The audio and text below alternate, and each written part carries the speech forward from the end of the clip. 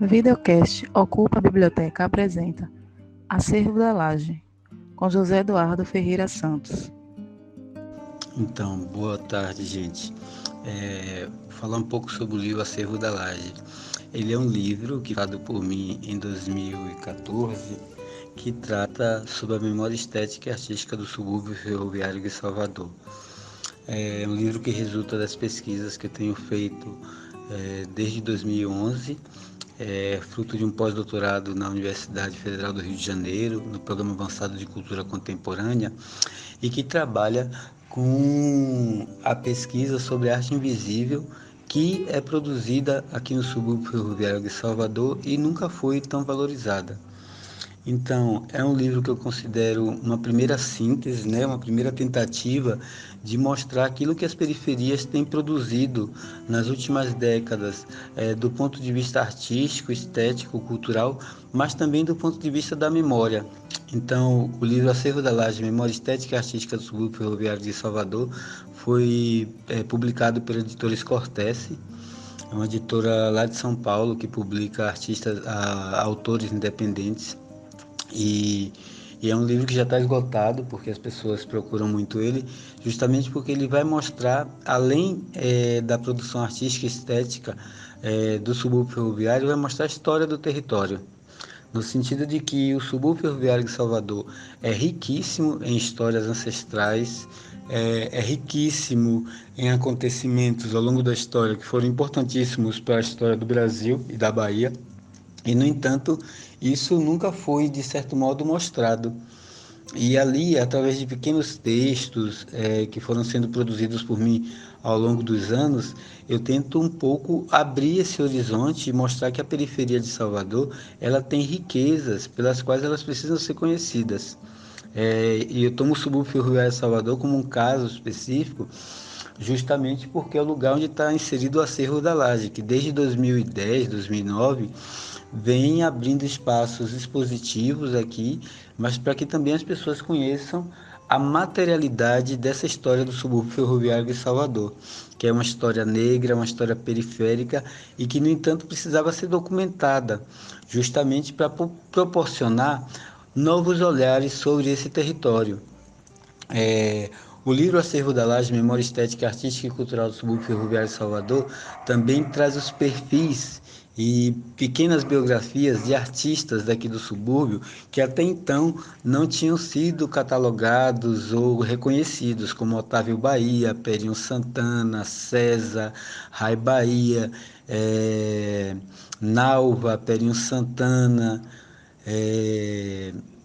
Ivana Magalhães, então uma quantidade de artistas, também seu Jorge Fotógrafo, Banda Talua, Fábio Santana, o Cortejo Afro, né, de Alberto Pita, que fica em Campinas de Pirajá. Então, na verdade, é um trabalho assim que ele abre o caminho para a gente começar a se dar conta de que a periferia também produz arte e essa arte precisa ser conhecida. Nós aqui no Acervo cuidamos da materialidade dessa arte, né, com as obras que a gente foi comprando ao longo dos últimos 11 anos, mas também dessa memória escrita, dessas biografias, porque então, são escultores em madeira, escultores em metal, alumínio, artistas plásticos que fazem quadros, o pessoal da música também. E é muito importante falar também dos espaços culturais presentes no subúrbio, além do Acervo da Laje, como o Centro Cultural Plataforma, o Espaço Sofia, né?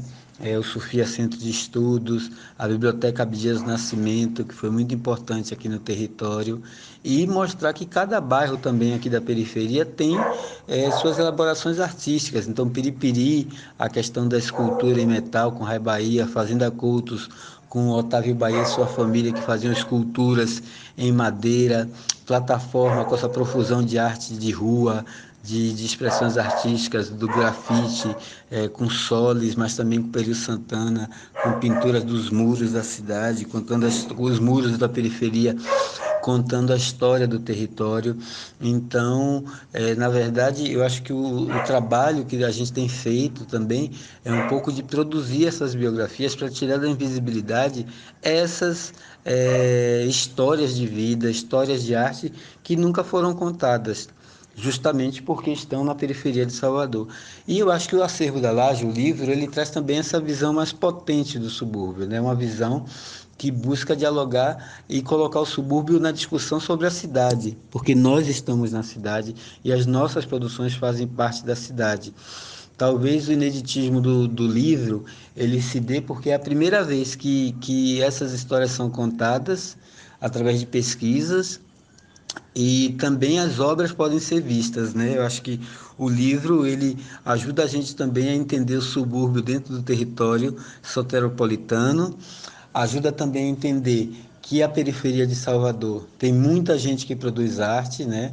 A gente fez um recorte histórico ali, porque também em 2010 faleceram Otávio Bahia, Almiro Borges, pintor aqui que era de plataforma, Dona Coleta de Omulu, que era do Viva Bahia, que morava aqui no São João do Cabrito, o Júlio, que era baixista, de música, aqui também Jorge Ravini, que era do teatro.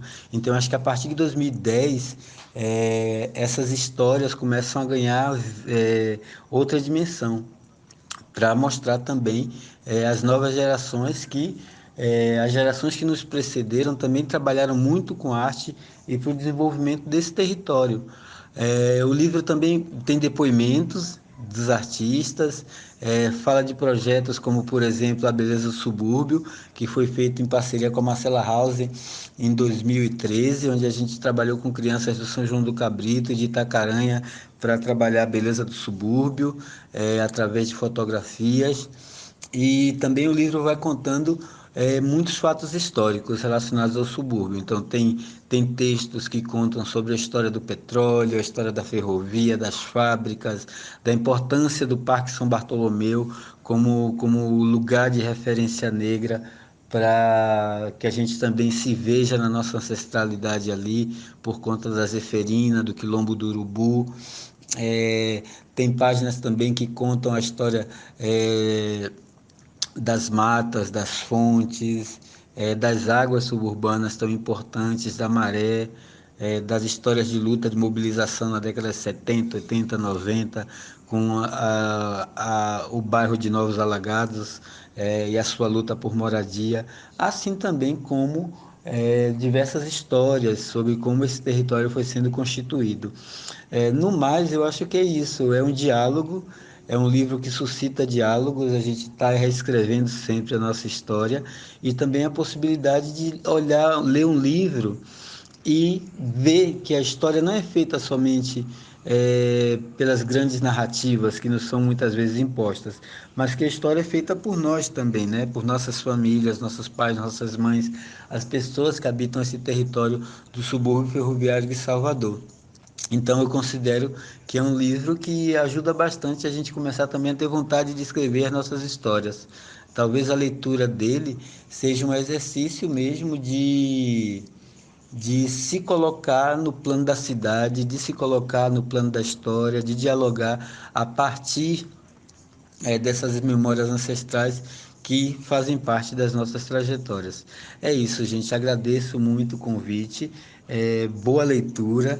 E quando terminar a pandemia, visitem o Acervo da Laje para ver essa materialidade que fala nesse livro, Acervo da Laje, Memória Estética, Artística e Cultural do Subúrbio Ferroviário de Salvador, de minha autoria. E aqui no acervo vocês podem ver a materialidade daquilo que está ali escrito. Então é isso. Muito obrigado, um grande abraço, até mais. Daqui do Acervo da Laje, José Eduardo Ferreira Santos.